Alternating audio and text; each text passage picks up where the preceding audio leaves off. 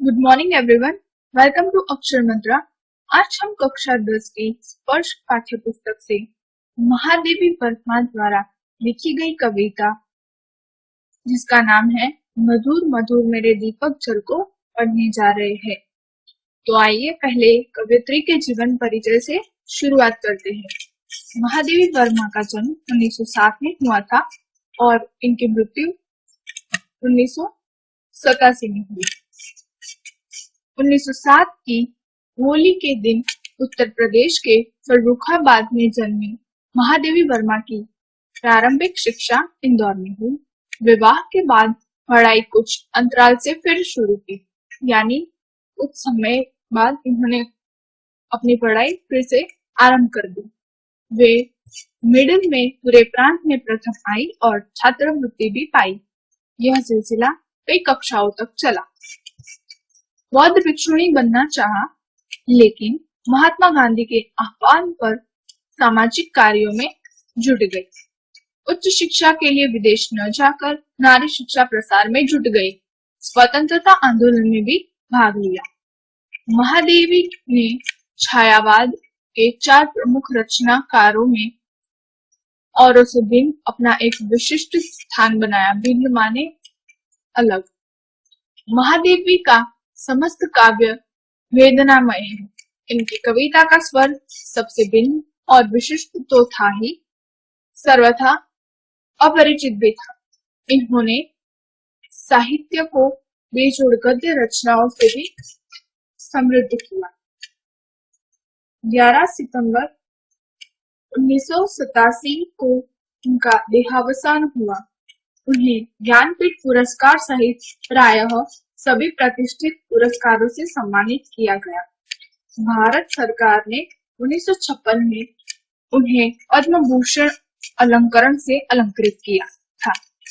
कुल 8 वर्ष की उम्र में 12 मासा जैसी बेजोड़ कविता लिखने वाली महादेवी की प्रमुख कृतियां हैं निहार, रश्मि,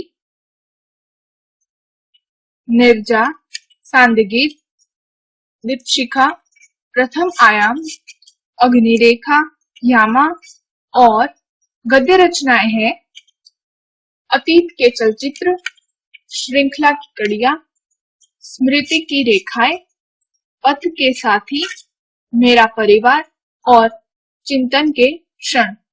महादेवी की रुचि चित्रकला में भी रही है।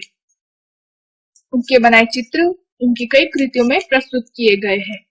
और इसी के साथ यहाँ पर महादेवी वर्मा का जीवन परिचय समाप्त होता है। तो आइए पाठ प्रवेश की ओर बढ़ते हैं।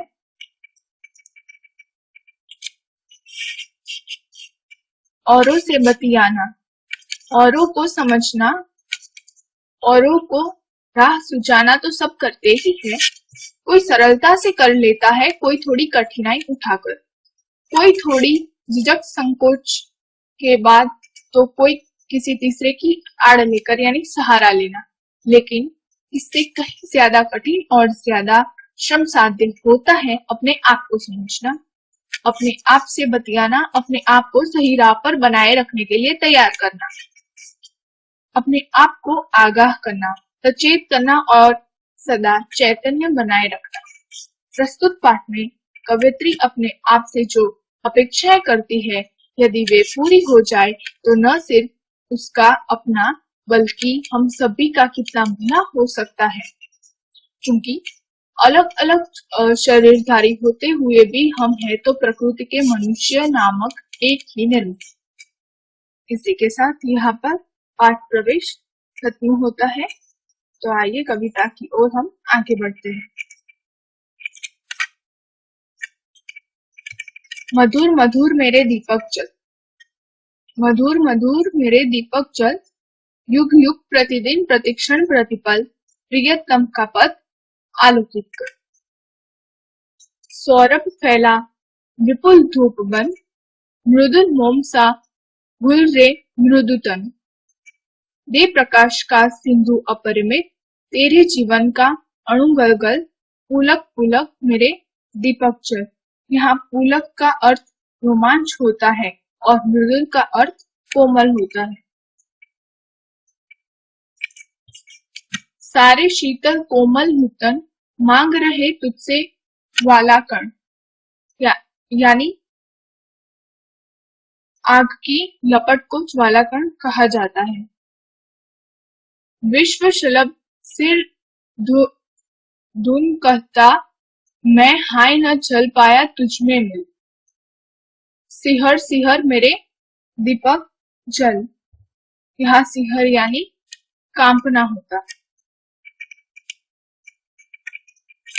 जलते नभ में देख असंख्य, स्नेहहीन नित कितने दीपक, यानी स्नेहहीन मानी जिसमें कोई स्नेह ही नहीं है।